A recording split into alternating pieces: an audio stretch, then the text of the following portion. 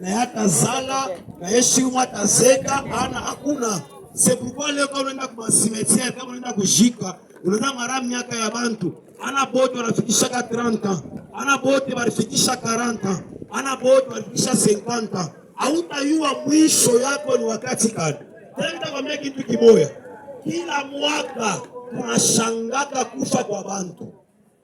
Kila mwaka kupaka mtu moya unatesi kufa na shangaa utashangaa pourquoi parce que kuba mtu anakufaka atukuchatandre usatesi kufa inaweza kuya kaa yako. C'est pourquoi kufa na Yesu, kuya ndani ya Yesu, mupokee Yesu maisha yako kuwa Bwana na Mwokozi.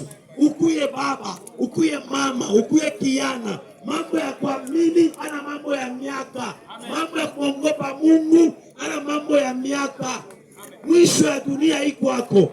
Kama unakatala leo, tena nitakupoze question moja na una response.